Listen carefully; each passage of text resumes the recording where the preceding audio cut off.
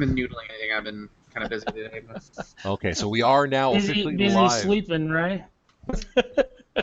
Well, I wish. late night inventory is a thing, right? Oh, those are awful nights. Yeah, Dallas knows that, man. Ugh.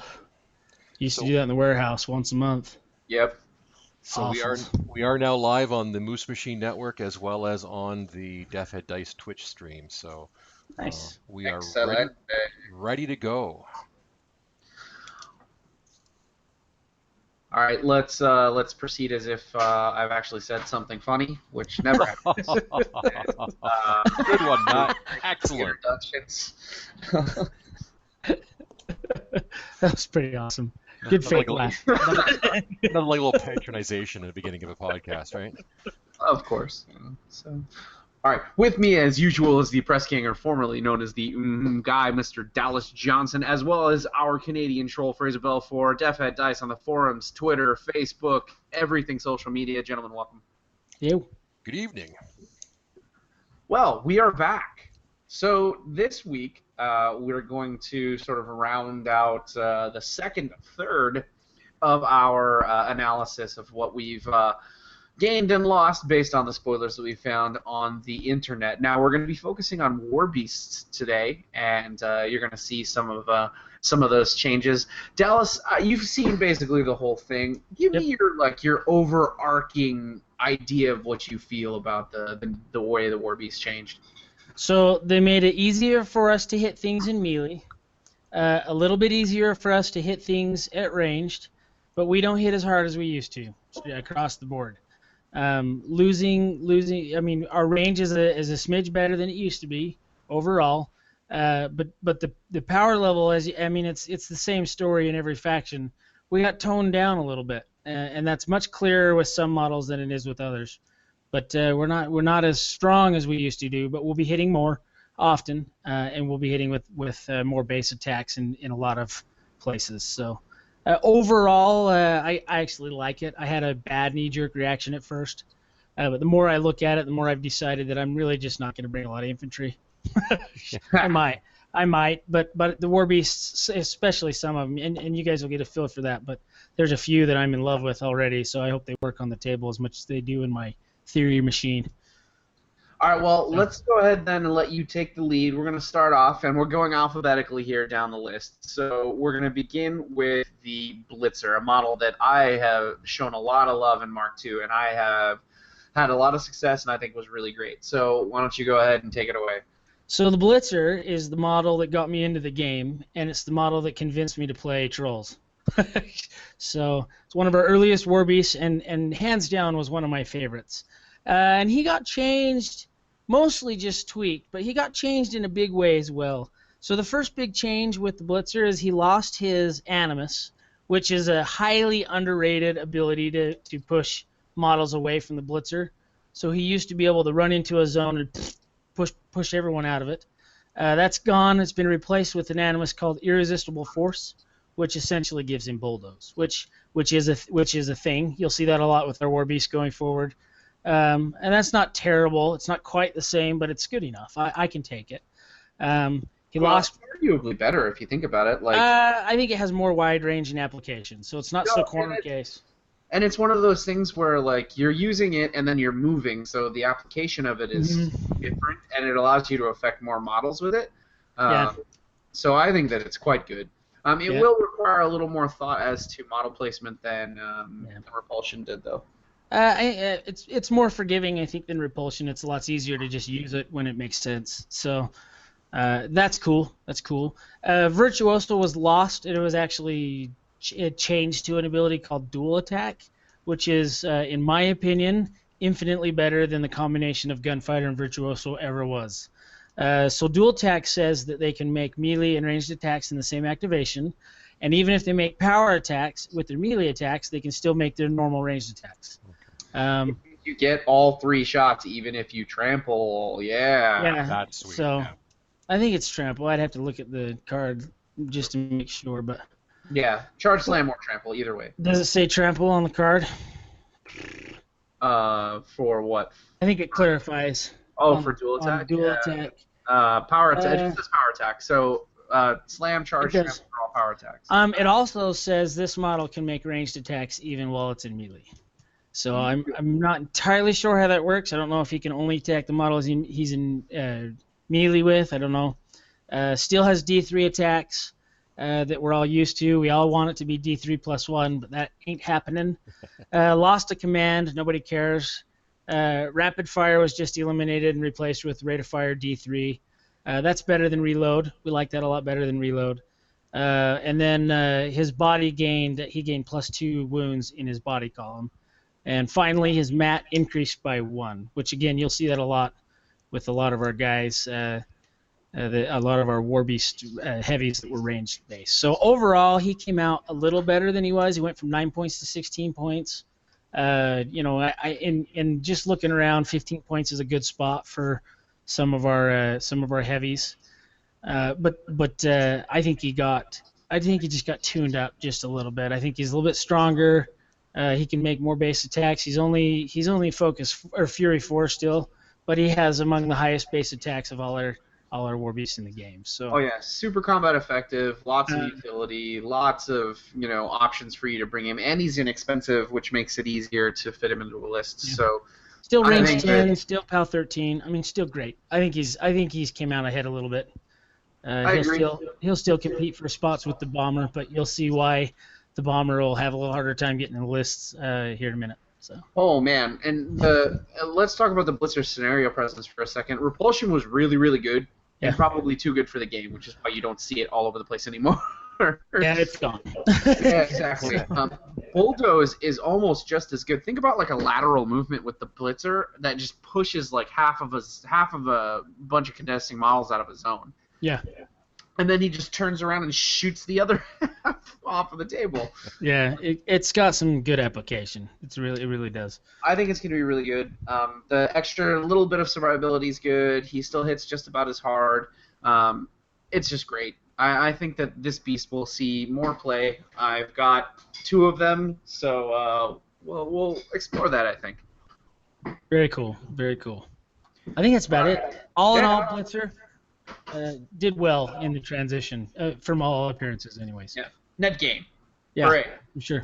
All right, so this has already been spoiled, so we're going to only touch briefly on the bomber, which means I'm going to go ahead and let Fraser take the front on this one here. Okay, yeah, so he lost his bomb shelter animus for Far Strike, which I think is a great improvement on that one. He is reload 1, which is really it doesn't really change much from having to pay a Fury for the second attack in Mark II to the reload 1. So it basically works out to the same thing from a rate of fire 2. He did gain 1 mat, like we said. We were seeing that across most of the beasts. I think are getting, or at least the heavies are getting a +1 mat. Getting +2 to the body. His threshold did drop by 1, which will be interesting to see because it makes you wonder how much more important those thresholds. Puts him at 8 instead of 9. I mean, it's not terrible with how cheap whelps made it out. That's not too bad. True enough. Yeah, we may see more whelps. His point cost, he went from 10 to 19, so not quite double. So it's I find the point chart changes interesting to just see how either overvalued or overcosted or undercosted our models were in Mark II. So with the changes they've made. Random question for you, Fraser. I don't mean to cut you off, but how many of our Warbeasts cost 19 or more points? Not counting our gargantuans. Ooh, good question. I'm going to scroll down the spreadsheet I have in front of me. Is that okay? literally none of them. He's just as expensive as Mulg, and the only one he's cheaper than is Rock. Interesting. Yeah, he's expensive as far as our Warbeasts go. But I mean, at the same point, if he was 10 points before, and they were saying generally as a rule they were doubling the point cost, overall I think he's an improvement because I think the Far Strike is going to make it is a much better animus than Bomb Shelter ever was. Well, you'll use Far Strike. Yeah, exactly. 100%. And that gives you a 12-inch range as opposed to the 8 you were getting before. you still have the 4 Fury, so you're not going to be able to boost and do your second attack as much as you would before because you don't have to pay for the Far Strike. But I still think he's a better beast, and he's gone down. He's theoretically gone down in price compared to Mark II. I agree, and it also shows what kind of value they place on long range, high power ranged platforms that they've given us. Yeah, we're paying for his kegs. Yeah. Oh yeah, 16. Oh, 16 is crazy. Like you're talking about like taking 3/4 off a Warp Wolf. Like that's crazy. Mm-hmm. Yeah, So, 4-inch AOEs at POW 16 is solid. Yeah, it's crazy. You're gonna see this all over the place. Yeah. Like it's gonna be really good. Fury-wise, you're going to spend almost the exact same amount of Fury as you used to. You'll notice no change in the way that he's applied on the table. Mm-hmm. There's literally going to be no difference. Only when you just don't have to devote any other resources to him now. He's he's much self-contained. more self-sufficient. Yeah, agreed. And I mean, it's a pain that not having the Impaler for First Strike, but you run him up the side or run him on his own. You don't have to make sure he's within range of the Impaler for that First Strike anymore.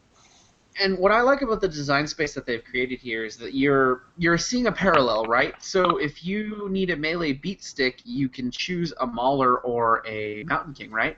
Mm-hmm. But if you want a ranged utility piece or a ranged damage piece, you can choose either the Impaler or the Bomber.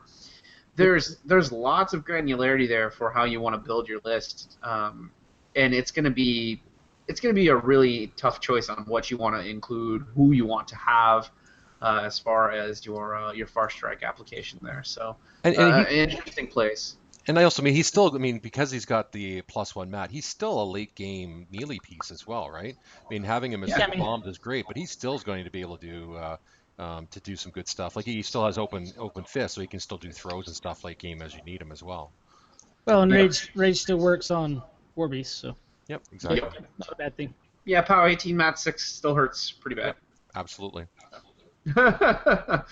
All right, so let's go ahead and move on. This one was also teased, so we're only going to basically hit it.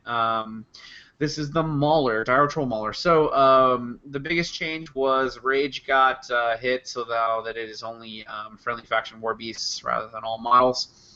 And, that's not a huge problem. It makes the application a little less. You can't make paper throwers ridiculous anymore, and a few other things.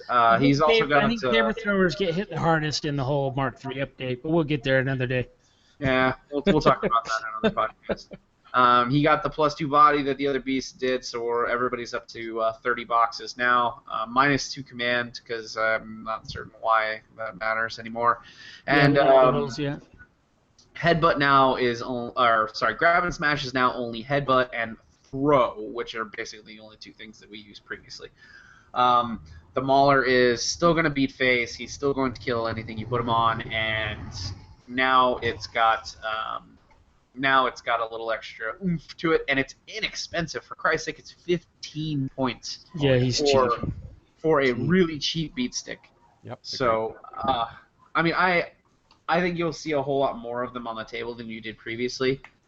This also might be due to the fact that there's a little bit of devaluing on Mulg because his power went down, and you'll see that later. But that this beast will be not only a buffing beast but a workhorse beast. They're inexpensive enough that you can bring multiple of them if you really want, which means that you can ultimately sort of tailor your list to how much beat face you want without any utility, or if you want utility, you bring something else like an Earthborn or what have you. So it's a pretty interesting space for this beast to exist, and I'm glad to see it back on the table, and it gives me an excuse to make sure that my Extreme Mauler is put together and painted. I was going to say, one of the few models that made it out of my fiasco a few months ago was the Extreme Mauler, so that's fantastic. He was on my painting table because I was touching him up. So. Yep, and they have all the heavies got the +1 inch reach as well, correct? Now they're not just +5, so that's another bonus for all three of the ones we've talked about so far as well. Oh, I didn't put that on my list, but yeah, all of our heavies are 1 inch reach. Yep, which is excelente. All right, Dallas, let's go ahead and move on. One of my favorite beasts on this list is Dozer and Smigg. Why don't you go ahead and hit that one up? Okay, first of all, his Animus was renamed and recosted. It's now called Lucky Shot instead of Bank Shot. It's the same thing. It's just cheaper, which is fine because we're only going to use it on him, the Bomber, or the War Wagon probably, maybe Gunborn. There's not a lot of targets to use it on, which is fine. That's the same. His points cost doubled. So we went from 9 to 18. So he's one of our more expensive beasts. Gained a mat. Gained an inch to his AoE. Lost gunfighter. Lost veteran leader for the dire troll blitzers. But with the blitzers increase, that doesn't really matter. Gained dual attack. We already talked about why that's so fantastic. Has bulldoze natively instead of an animus like the blitzer does. And again, his body also got two wounds. His affinity with Gunbjorn's essentially the same, but with the increase in power of Gunbjorn, all of a sudden that's pretty potent. His AoE's bigger. Gunbjorn makes him do more damage on those blast damage rolls. And he's more accurate. And he's a tad more accurate. That's right. So, yeah, all in all, good things for Dozer and Smigg and Gunbjorn. I think they because of the bond and because of the increase in power in Gunbjorn, you're going to see that a lot, I believe. That's probably the direction I'm going in my rebuild efforts. So. Yeah, I mean, Dozer and Smigg were already a highly effective piece. I mean, they're really inaccurate, but with a POW 14 4-inch AoE, you can just lob across the table. That's not terrible. So. Do we have the direct stats on what his AoE is? He I got him right It's here. range 14, or in theory, because we don't know for sure. It's range 14. Oh, that's right. AoE 4, POW 14. Yeah. Oh, you know what they should have done? Just give him high explosive. That's what I think they should have done. I don't know. He's But still inaccurate. He's still not that's hitting anything. But that's okay because whatever it lands on, with your ability to if you've got lucky shot on it, you get to kind of get an extra chance to get that AoE to drop where you want it to, and it's boosted. So those blast damage rolls are gonna kill Well, things. don't forget, Gunbjorn doesn't he still have guided fire? Yeah. Yeah. Yeah, he does. You get a pretty good. Like you're looking to eliminate troops with this guy, like not just assassinate casters. So if you're wanting to drop this on some low defense but reasonably high armor models that a POW 7 boosted that will kill, yeah. Well, I'm gonna let the cat out of the bag a little bit, but you bring Gunbjorn with guided fire, Dozer and Smigg, and both of our gargantuans in one list, and Sounds it's like so money. much fun. Seems good. That's money right there. We'll see, anyways. We'll see if that works. So, anyways, Dozer and Smigg, pretty much the same as he was, but tweaked up a little bit to justify the point cost increase, and with Gunbjorn, fantastic. So. And it'll give everybody except for me an excuse to put this model on the table because I was probably the only person to take this competitive event. Yeah.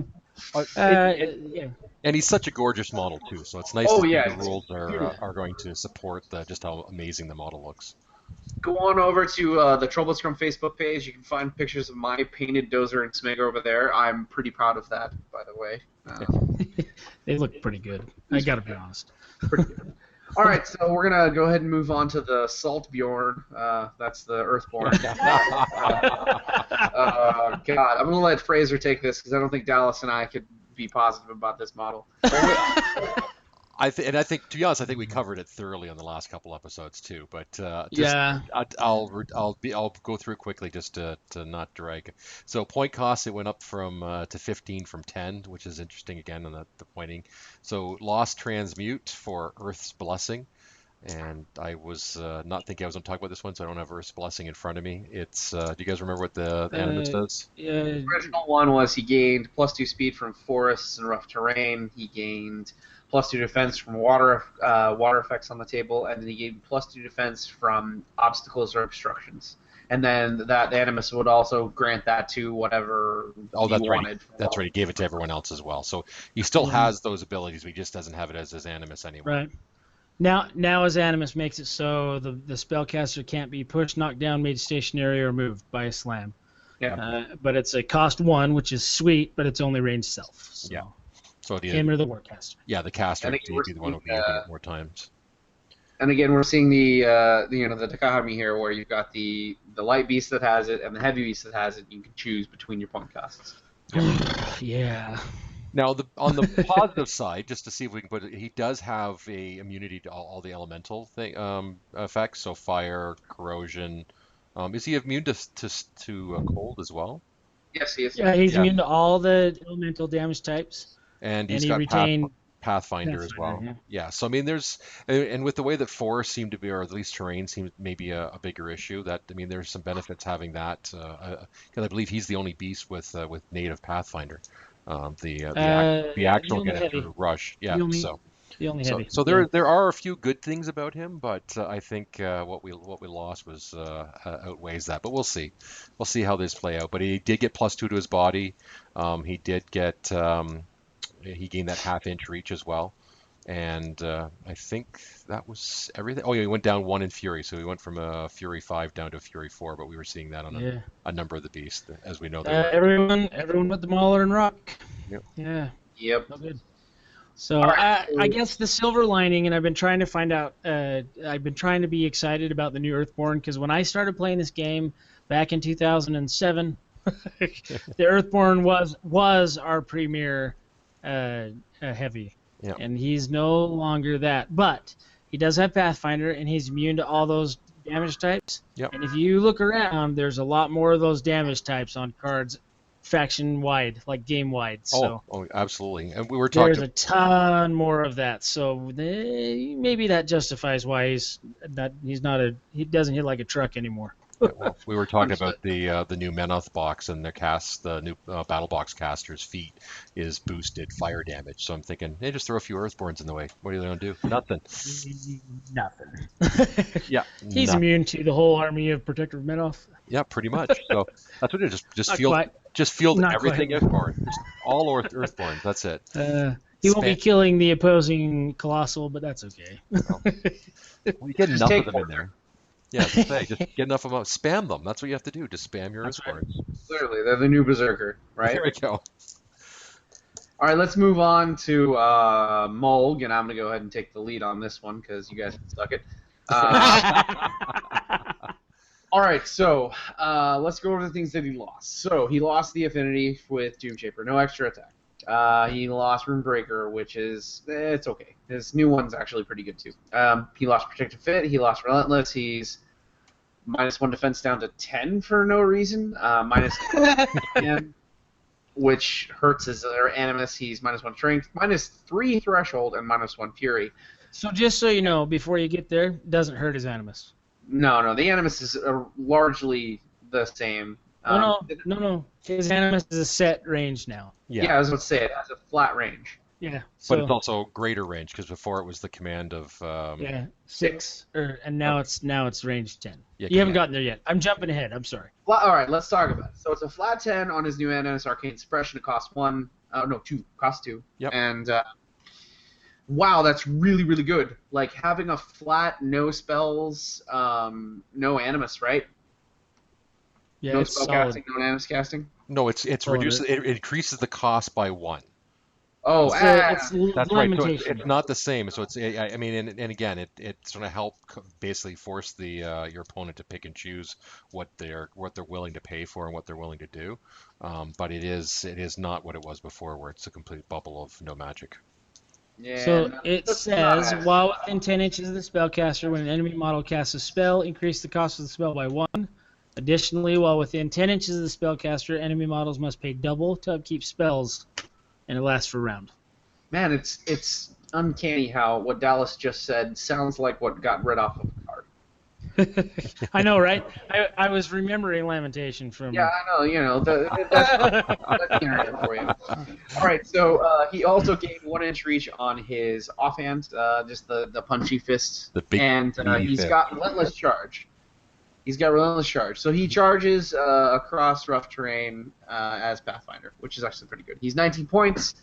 He's still Mulg. I honestly think because he's still the highest armor beast we have, with the most boxes, even if he doesn't have the same movement shenanigans, it's still going to play the game where, hey, if you don't remove Mulg from the table, Mulg will run the table and you will lose. Well, even in the world of War Machine, Power Strength 18 is still among the highest for heavy Warbeasts and Warjacks. So Still he's have a +3.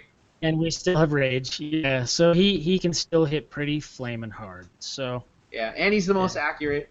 And yeah, Matt 7's good. yeah, just Mulg's still good. Oh yeah, absolutely. Little arthritis settling in. Yeah. And let's talk about this in a reasonable manner, though. Like, when you look back at Mark II, Mole was simply the best character heavy. Oh, I absolutely. don't, I don't think there is any doubt in my mind that he's the best character heavy. Mullet Karn maybe is like a shade under him and is still good, but there's no better character heavy than Mole. Mole wins games by himself. Oh yeah, yeah, hands down. So he needed a little something. I kind of wish they'd brought the other character heavies to his level instead, but that's the troll in me speaking. Yes, true. All right. So let's now talk about something that Dallas is actually kind of excited about over for the Wow. next edition. And I'm gonna let you go ahead and read this one, Dallas. Let's talk about the Nitro. I'm more than a little bit excited about the Nitro. He's much, much better than he used to be. I'm going to run down his stats real quick. So he lost his Animus Beguile, which was the one that if they were within 5 inches could only advance towards him. And he gained one called Attractor. We'll talk about that in a minute. Lost Paralysis on his claws in exchange for critical paralysis, which sounds bad at first, but it isn't. Rat -1, nobody cares. He doesn't make ranged attacks. Command -3, none of us know why the commands are getting lowered, but I don't think we care. His point cost went from 4 up to 7, so he's I think he's our cheapest light Warbeast. Yeah, I think he's our cheapest Warbeast. And then his base range on his attacks went up to 1 inches, I believe. No, sorry. I think he's still half an inch. Yeah, his fist went up to 1 inch. And the reason for the confusion is he gained another base attack. He also now has a bite.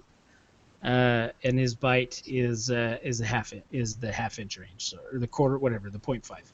So he gained an attack. He's only 7 points. His new Animus is essentially a push. Still cost 1. Anything within 2 inches, you can pull him towards you. So instead of a weird movement shenanigan thing that the opponent has to worry about and measure and avoid, which was okay, now it's just strategic. You can move him to the side of something and pull it over. Out of a zone, or you can move up something and pull it just close enough for your charge range. With his 3 base attacks, he still has Eyeless Sight and Stealth. Still 3 Fury, so I mean you can throw down 6 attacks with him if all you're doing is buying attacks. I think there was a specific thing you might be missing. Did he lose Pathfinder? Did he? No, he never had it. Pretty certain he did. Pretty sure he didn't, because I have his Mark II card in front of me. You still have those cards for Dallas. They're not. No Pathfinder. Well, he has been playing since 2007, so. I still have Mark I rules in my head that keep messing me up. I'm in big trouble now. Uh-oh. But it's still Maneater, so he still charges living warrior models without being forced. Still has regeneration. The critical paralysis instead of straight paralysis is okay when you remember he gained another attack. And he's only 7 points. So yeah, his mat's only 5, but for 7 points you get a cheap Warbeast with decent wounds with a bunch of attacks and hard for them to see and hit. Can see whatever he wants pretty much. I like him. I'm in love with him. I would like to marry him. Very good in my mind for 7 points. That's a niche that we don't have. And when you think about bringing, one of like the Earthborn for 15 points instead of 2 Night Trolls for 14, it's kind of a hard choice actually in my brain. But what do I know? So I love him. I think he's great. I think for the point cost and what he can do, can't go wrong with the Night Troll. I was a fan of the original model quite a bit in the beginning, and then found his performance to be slightly lackluster. But I'm actually kind of enthusiastic about his place that he'll take in the army now. That being said, I mean, none of this is going to stick until we actually have some time with these guys. So yeah, we need perspective. In theory, he feels fantastic. I agree entirely. All right, moving on to the next. We're going to go ahead and give Fraser a little love here, and we'll talk about the Pyre Troll. Now, this is my personal favorite elemental troll, and I have done quite a number of amazing things with it, but I'm going to go ahead and pass the torch here and let Fraser take it away. Okay, so he goes up to 9 points from 5, which is fair. So his Animus Flaming Fist went from a range spell to a self spell. But it did pick up the fact that it's no longer, it still gives +2 strength, but it no longer has the critical fire. It is continuous fire on any hits, which I think is an overall improvement. And the Super animus awesome. and the animus went down by 1, which is great. He did gain a mat, so those fire Rat. shots. Rat. He is so There you you go. will see an improvement in those shots. His command went down by 3, which again we don't really know why. But overall, I feel it's an improvement. Not being able to give out the fire animus to other people is a bit of a pain, but I think we're going to see him. And the other effect is the no, sorry, that's the slag I'm thinking about. So no, but I think we're going to see these guys more often, just because I think the having that continuous fire on all hits is going to be good. I mean, all the other stuff like it burns, he still keeps that as well in regeneration as before. And did we go over that he also gained a couple of range +2 inches on that? Oh, that's right. Yeah. No, he did gain 2 inches on his shot. So he's range 10 now, which is actually really interesting for that model to play a mid-table ranged game. Is actually pretty good now, a lot better than it was before, when you consider most threat ranges are like 9.5 or 11, depending on reach and non-reach for a lot of things. So he's got that sweet spot where he can be a ranged threat if you keep your distances right, and then not get charged after the fact. So really, really good for the Pyre Troll as a ranged platform with a really good buff spell on him. I think he's going to be the go-to buffing piece for our melee-heavy casters who want to have a slight range presence on the board and a cheap +2 damage buff. Agreed. Yeah. Yep. See, that was easy. Yep. Indeed. He plays pretty much the way he used to. Yeah. You're just not throwing his animus on warrior models, which was our favorite application. True enough. But still, he's going to help, like Matt said, your melee casters and himself get the job done. So I like him. And I still like the fact that it's continuous effect, not just critical effect. Just that like the makes, fact to that me, you it makes a just huge difference. automatically light on fire is Yeah. fantastic. Like, that's excellent. Yep. So, all right, let's go ahead and move on to Rock, and I'm going to take that one because, well, we're doing them in order. So, furthermore, I think it's the most fitting. I don't think that he's worth more than Mulg is, but He might be now. pretty good. With 1-inch reach, he's really good. All right, so he lost special issue Borka, but I think that's because tier lists are changing and that rule is completely useless. He is still a goddamn murder machine. He's a little hardier with +2 in his body. He's got 1-inch melee reach, and now he gets stumbling drunk when you play him with Borka. What the Beautiful. hell were they thinking? Oh, he kept like Berserk and all that stuff too, He kept right? everything. He kept everything. His animus is the same. He has Berserk. He has all of that shit. Like, he gains Stumbling Drunk, more body, and better melee reach. Like, this beast is better across the board. But the point doesn't reflect that, right? I mean, like I said, he is our single. Yeah, he is the most, but he's also, by way of the animus, the most accurate, and the most damaging. So it's one of those things where you're like, all right, well, those extra rules are worth those points. Yep. Like, Berserk now gains so much value with 1-inch reach. And then you take it's solid. Yeah, it's solid. Oh yeah, it's ridiculous. And then Stumbling Drunk is probably one of the stupidest rules that you could ever. You're not gonna miss Defense 12 very often, but when you miss Defense 12, like, your game is over. Hey, we have a number of different ways to make him 14 without trying very hard. So. Okay. Here's what happens. All right, so you miss Defense 12 and Rock stumbles 3 inches away, and then with Borka 2, you've also got to take into effect that if anything then moves closer to him, he can then charge back in with Well, with Borka 1, he's got Arcane Ward. Yeah. So, oh god. So he can't be targeted by spells and gets +2 defense. Yeah. You can also have Mosh Pit up at the same time. So with Borka 1, he's great. He's just great. Okay, so is he going to be? Is he going to be one of those? It makes me so happy that I bought the new sculpt. I cannot wait to put that thing on the table. Now, is he want to be one of those models you want to play right away before the first errata comes out, and they sort of realize what they've given us and have to take some of it back? No, he costs 21 points. They better not. I honestly think that they're not going to change him. I don't think he's broken, but he's expensive. Yeah, he's expensive. You're paying for it. Yeah, true. So I think he will be good. He'll have a dramatic effect on the field, more so than he did before, because just the 1-inch reach changes his dynamic a lot. Pretty big for him. He's also, I mean, he hits as hard as Mulg does now. So Mulg lost that one strength, and so Mulg's in 1816. So is Rock. Yeah, well, and Rock has an easy ability to become a Matt 9 2018. Yeah, 2018. That is huge. It's pretty good. With Berserk. Yeah, it's pretty good. All right, Dallas, go ahead and lead us into the Slag Troll. Okay, Slag Troll. His Animus. He lost the range on it, but it went to range self from range 6, as you'll see with all of our Animus. But the cost went down to 1, so he's 10 points, so increased by 4 points. He lost, let's see, the Acidic Touch also no longer gives +2 damage. So what does it do? Let me make sure I've got this one.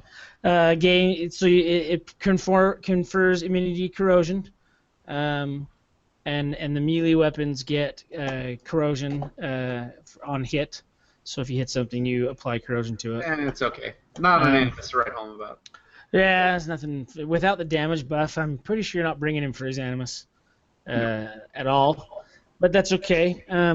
Erosion, that's the extra damage to non-living models. Also is on his fists now.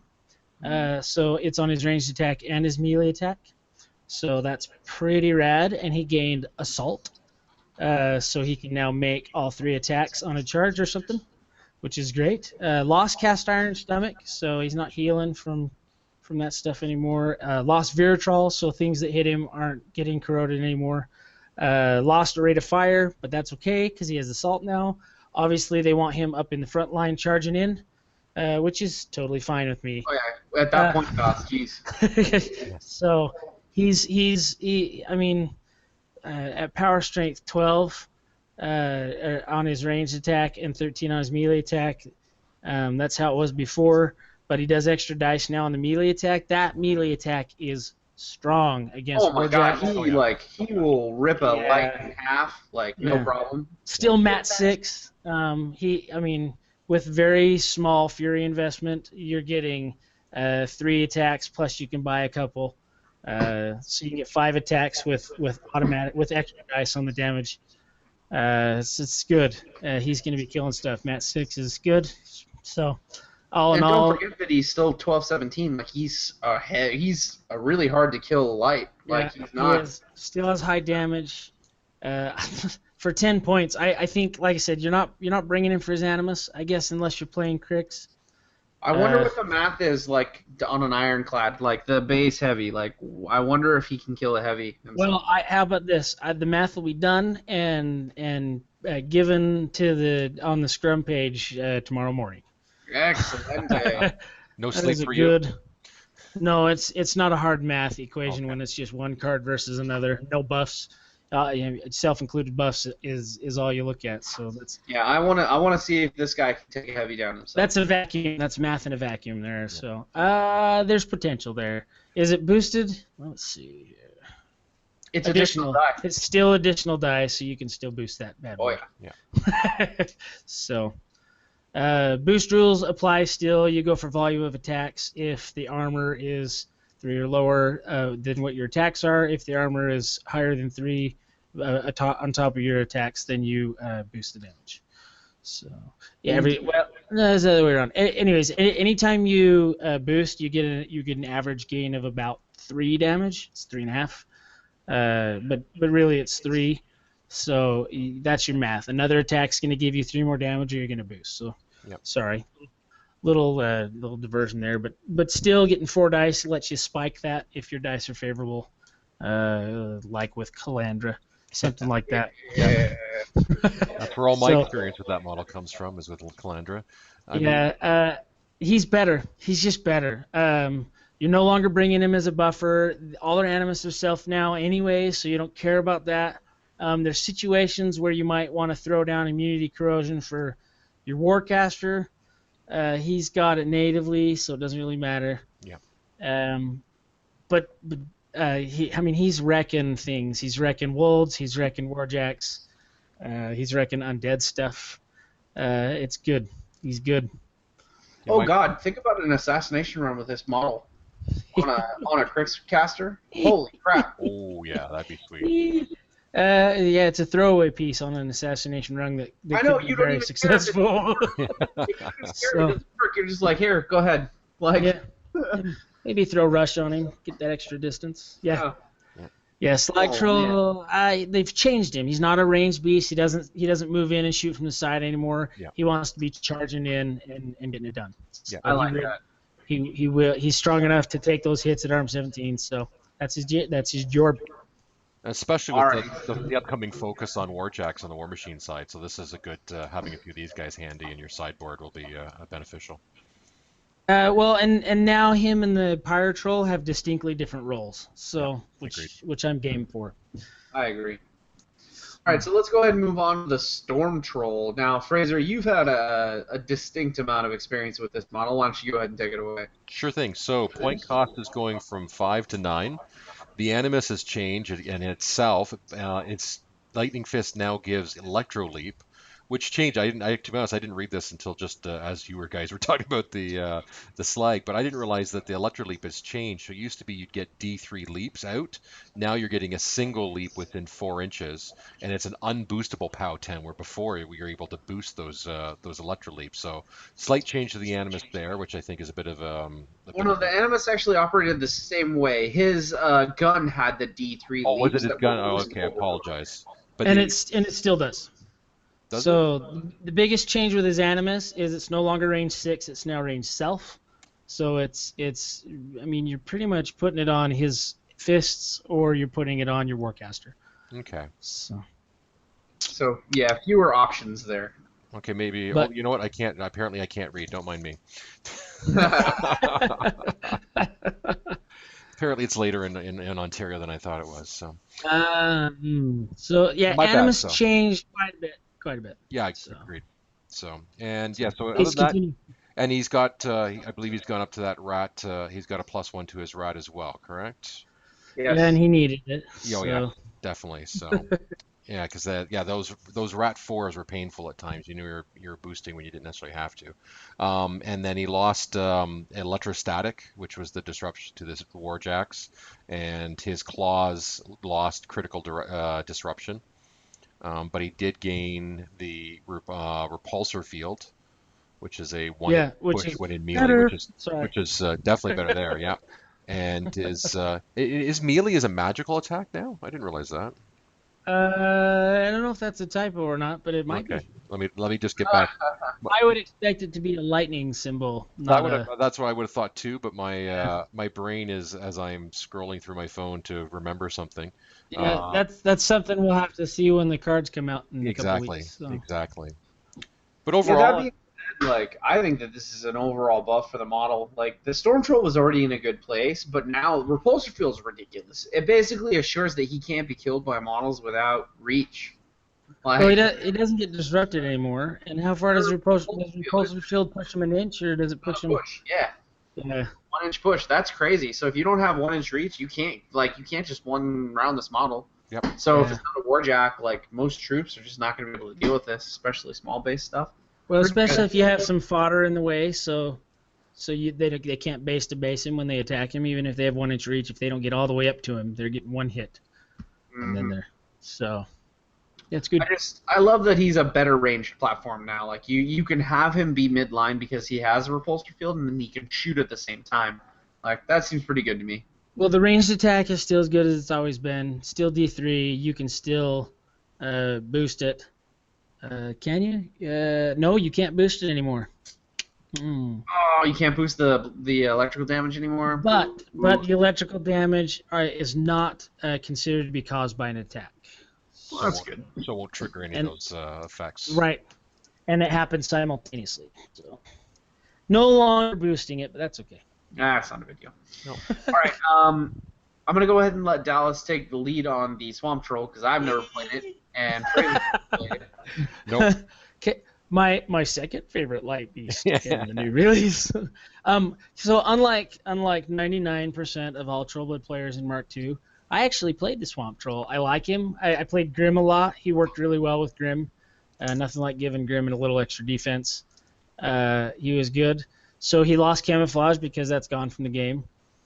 Drag was renamed because apparently people don't understand what drag means. So now it says pull. I don't know. It's exactly the same. He lost some command, which, okay, again, we don't know what that is, but lost some command. Gained snacking. I don't think he had snacking before. No, he did not. Yeah, he gained snacking, which is kind of cool for a light beast. It's I guess if the little Legion chickens get him, then why can't the Swamp Troll? Gained a rat, so now rat 6. Gained an arm, now arm 16, and has dual attack. Da, da, da, da. So he used to be able to attack if he dragged something in, he could punch it. Now he can just do both. So that's solid. Still drags things in. It only costs 8 points, up from 4. So one of the few Warbeasts we have that actually doubled in cost. Everything else almost doubled, but not quite. So but cheap as dirt. Good animus for keeping your Warbeasts, him or your Warcaster safe. Did it cheapen? I don't think his cheapened. Nope, his is still 2 points. But with dual attack, he's getting more attacks. Like I said, still dragging stuff in. Still has Pathfinder. So one of our few beasts with Pathfinder, Swamp Troll, Earthborn, have it natively. So that's solid. I think he's a good little support light that can still reach out and touch something. Harder to buff his ranged attack now. He did not get a ranged increase, which is sad. Our net gain in ranged was not what the Primecast made it sound like it was going to be. That was limited to very few models. When we go over infantry, it'll feel a lot more profound, I think. That being said, like Beast's utility with all that they've gained seems to be the most metered. Like they controlled it more closely as to what they gave them. This one, just like the Slag Troll, they want him to not just sit back and try and lick things with his tongue. They want him to both punch and shoot. They want him to do both. So you're going to be running him closer anyways, which kind of makes sense why they didn't increase his range. So Indeed. I like him. I like him a lot. I think he's good. Cheap. Gets the job done, gets all of his attacks. I like him. All right, now let's go on to the Winter Troll. I'm going to skip the Axerouncer and Impaler because they have already been out. Yeah, we know them already. For quite some time now.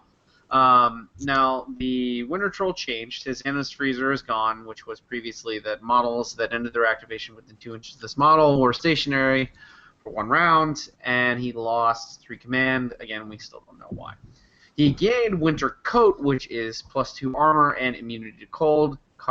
Range self cost 1, I believe. It's not +2 armor. It's not the same as it was previously then. It wasn't +2. It wasn't +2 armor previously. Do you even know what Freezer is? Yes. No. Winter Coat was what the Winter Argus had, which is +2 armor and immunity to cold. It's not +2 armor anymore. So Winter Coat is essentially Freezer. Yeah, exactly. All right, so it's a cost 1 range stuff version of Freezer, but it also grants immunity cold.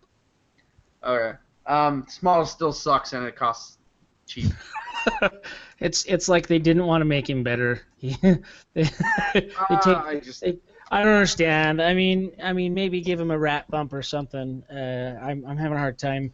I would like to at Lock and Load pull one of them aside and ask him what their design space is on the Winter Troll, because he's been bad pretty much from day one. Agreed.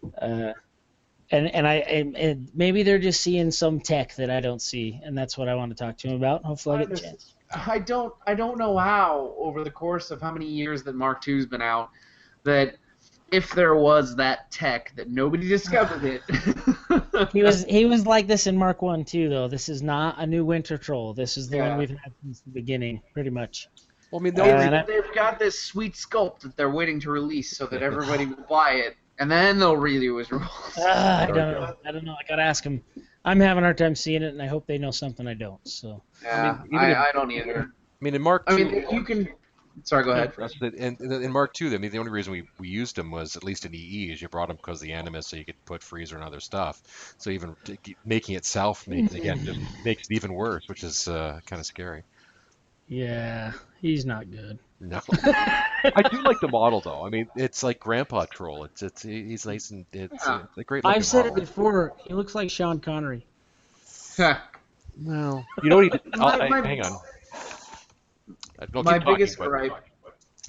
biggest gripe, really, though, is that Privateer obviously values sprays very, very highly. Yeah. This was a crappy spray to begin with, and it didn't get any better.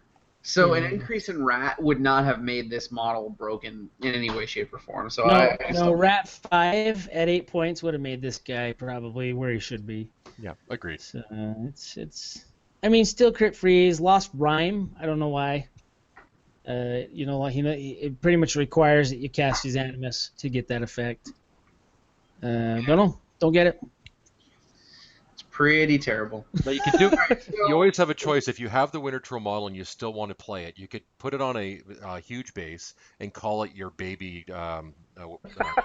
Glacier King. Baby Glacier King. So this is notorious. For those who are listening to the podcast afterwards, I'm showing a picture of my Winter Troll on top of my gigantic base as my baby Glacier King. So that's pretty awesome. Yep. Thankfully, people let me proxy. So.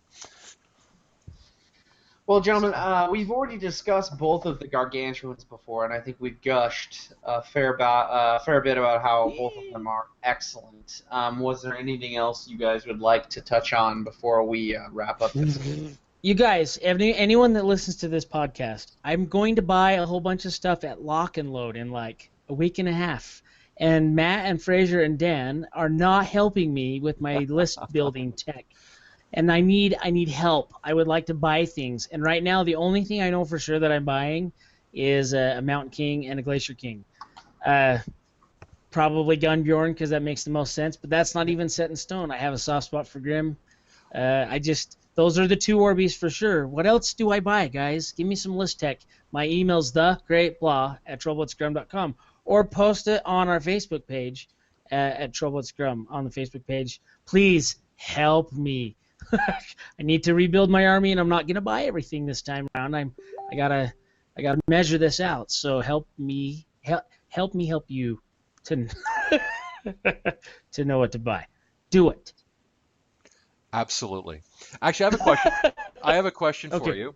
Because we have our little chat we have going back and forth, and my suggestion was to bring the Highwaymen with your Gunbjorn, and then you said you had to bring Braylon with it. Like, do you have to? Like, what does she bring to? I guess I'm going ahead. I'm jumping ahead We'll of our talk next about episode. that next week. Okay, We'll there talk you about go. that next week, and you'll see why I would probably bring Braylon and not the Highwaymen instead of the other way around. Interesting. Okay, because I thought the Highwaymen are just nicer because of Pathfinder, but actually, just because I think we've run through what we want to talk about. There was a couple comments in the chat as we are live on Twitch right now. Captain Smash commented we were talking about sprays. Or talking about the Winter Troll, and he was saying sprays are even better now that sprays can't be shield guarded. So that may going to your comment that maybe PP values sprays more, and that's why they didn't. Yeah, but a Rat 4 spray that you have to boost to even maybe hit. I don't know. Yeah. I'm not sold yet. Agreed. Not sold. Good point. That's a good point. And I'm a big lover of sprays. Scatterguns were one of my favorite units before they had their UA. So I'm with it. I get it. They value them high, but it's hard to apply. Yeah. And the only other thing I wanted to mention before we finish off here is prior to right up into the Mark III announcement, we were collecting game data from people on their Mark II games, and we sort of let that die a painful death as no one was playing games between Mark II, the announcement of Mark III and Mark III coming out. So as we are about to hit Mark III, the tool will be updated, and we will be collecting all the fresh data from everyone. So make sure you throw all your games in there because we want to see. I'm kind of curious to see if Doomy 3 continues his run as being the top played caster, or if we see Ragnar Sky Splitter become the new sort of golden boy of trolls, Or as I'm predicting Ragnar, Gunbjorn, and Madrak 2. Yeah. That's what I'm predicting. Okay, Matt, what's your thinking? Same or? Madrak 2, Kalandra, and Borka 2. Okay. You're just saying Borka 2 because you like him that much. Well, it's. I'm gonna tell you right now. I'm gonna win a tournament with that caster. I'm gonna win a big tournament this year with that. Hey, one. Borka 1's the other caster I'm looking at for my first caster purchase. Borka 1, Grim 1, or Gunbjorn. Guys, help me. Yeah, well, I'm sure there'll be plenty of people. Well, you guys aren't helping me, so I need anyone that listens. Why- Like the and I- other 4 people that listen to our podcast need to help me. Okay, hold on. Let's talk for a second about you not getting any help from us. Do you think you would even listen to what we say? No. Yeah, exactly. I'm going to do whatever I want anyways, but I want to know what people think. Well, and for the record, there's 7 people watching us, not 4, just so you know. Oh, well, we don't count as the 7, though, do we? No. This is all 7. 7 other people? You guys are fabulous. Send me an email tonight and tell me what you think. Call Goris bad names. Make fun of him. I'm game. Let's do it. See, and I'm also curious. I'm curious if people are sort of in the same boat as I am, where I'm sort of overwhelmed. I've let tier lists or theme lists run my life for the last year. We're having a completely open ability to play anything I want. I'm looking at this stuff thinking, I don't know what to play. So I don't know if that's the same thing you're going through, Dallas, or if it's just No. I've been playing since Mark 1, long before tier lists were born, and I've been spoiled. Up until I never played runes, so up until Family Reunion and EE, I never played 2 tier lists in a tournament before EE. It was always Family Reunion and something else. So I always screwed around with it. Okay, well maybe that's just me. So people want to help me out as well. I think a lot of people are in your boat, though. I would agree. I think tier lists did that to a lot of players in Mark 2. I think I'm going to go back to when I first started, just playing the stuff that I like, that I think looks good on the table, and that I like to play, rather than going for what everyone else says is good. I think I had the learning. One last point I wanted to bring up, and I'm just kind of curious on your guys' opinion on this, because this was brought up on 4 New Gamers last night, is one of the guys is suggesting that we play within the ADR for the first little while when we're learning Mark III, just to sort of, as a community or in our group, our local group playing in there, just to help us limit or learn What are the ADR casters? It's Madrak Gristle 1, Grim 1. Yeah. Say what?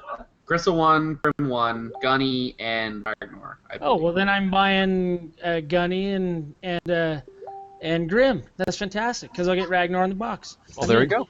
So there you go. Decision made. No, it's not Grim. It's Gristle, Madrak, Gunny, Ragnar.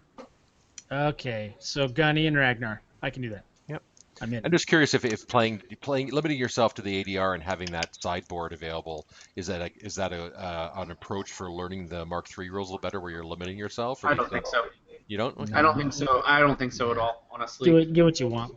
Okay. Well, and I think that having more choices for list building when you're just relearning list building is not necessarily the best if you're not an experienced player. If you're a newer player, or if you are not comfortable with your list building right now, stay the hell away from all that. Build what you wanna do. Like, build the list that you want to play and just play it, and don't worry about the ADR. Don't listen to people on the forums. I'm sorry if you post on the forums and you have lots of good ideas. Do what you want. You heard Matt say that about me earlier. Find out what people think, and then do what you want. All right, so now after Dallas's sheer irreverence, I think we've gone on long enough about trolls this evening. So on that bombshell, this has been TrollbloodScrum signing off. Hey, thanks, fellas.